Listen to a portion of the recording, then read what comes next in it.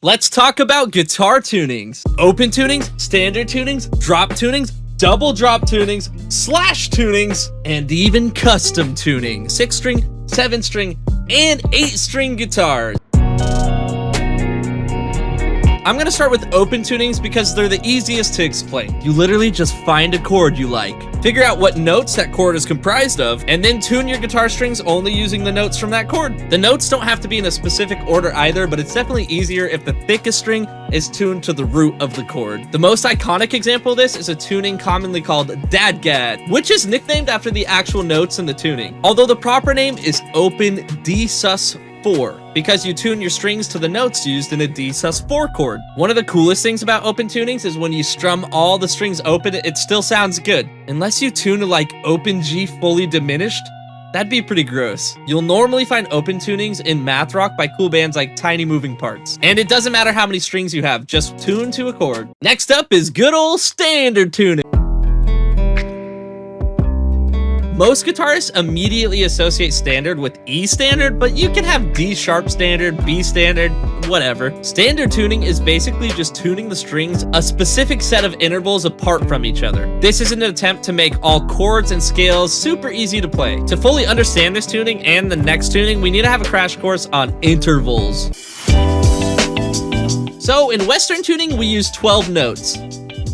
We're ignoring all the other enharmonic notes because for some reason guitar tuning prefers to use sharps instead of flats. So get this, the distance between two notes is called an interval. And the only intervals we use in a majority of tunings is the major third, perfect fourth, and perfect fifth. A major third means you're 4 notes away from your root note. So if you tune a string to C and you want to tune the next string a major third apart, you'll tune that string to E because E is 4 notes away from C, a major third. With that in mind, a perfect fourth is 5 notes away and a perfect fifth is 7 notes away. Now that we know these 3 intervals, here is how standard is tuned on a 6th string. So if we want to figure out E standard, our root note is E, the next string is a perfect fourth away, so 5 notes apart, which would make that string an A. Keep following the 6-string standard intervals and you'll have E, A, D, G, B, E. E standard tuning. If you wanted to figure out C sharp standard, you do the exact same thing but start on C sharp. Now I'll put the intervals for 7-string standard and 8-string standard on the screen. All right, enough talking about boomer tunings. Let's move to drop tunings. Drop tunings are actually basically standard tunings, but there's a slight difference in the intervals used. Here's the intervals for 6-string standard tuning versus 6-string drop tuning. In this case, the only difference is tuning your 6th and 5th string a perfect fifth apart when using drop tunings. This is a staple of drop tuning and it allows you to play power chords with 1 finger instead of 2 or 3. This is why drop tunings are used everywhere in heavy music, is because a majority of the songs are mostly power chords. If we start on C and use the 6-string drop tuning intervals, you'll get the notes for drop C. And here are the notes for drop A sharp.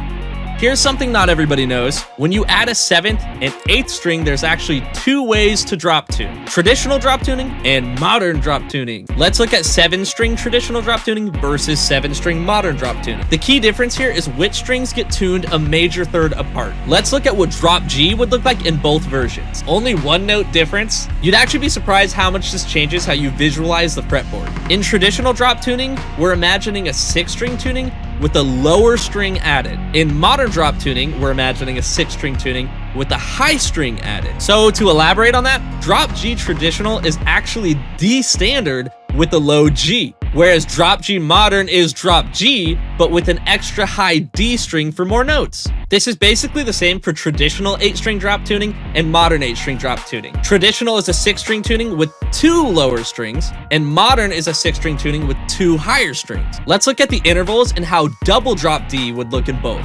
Hopefully you can see a pattern here. And if you noticed, I said double drop D and not just drop D. That's because drop D is a 6-string tuning, but if you keep tuning lower, you'll eventually hit D again. This is called double drop D.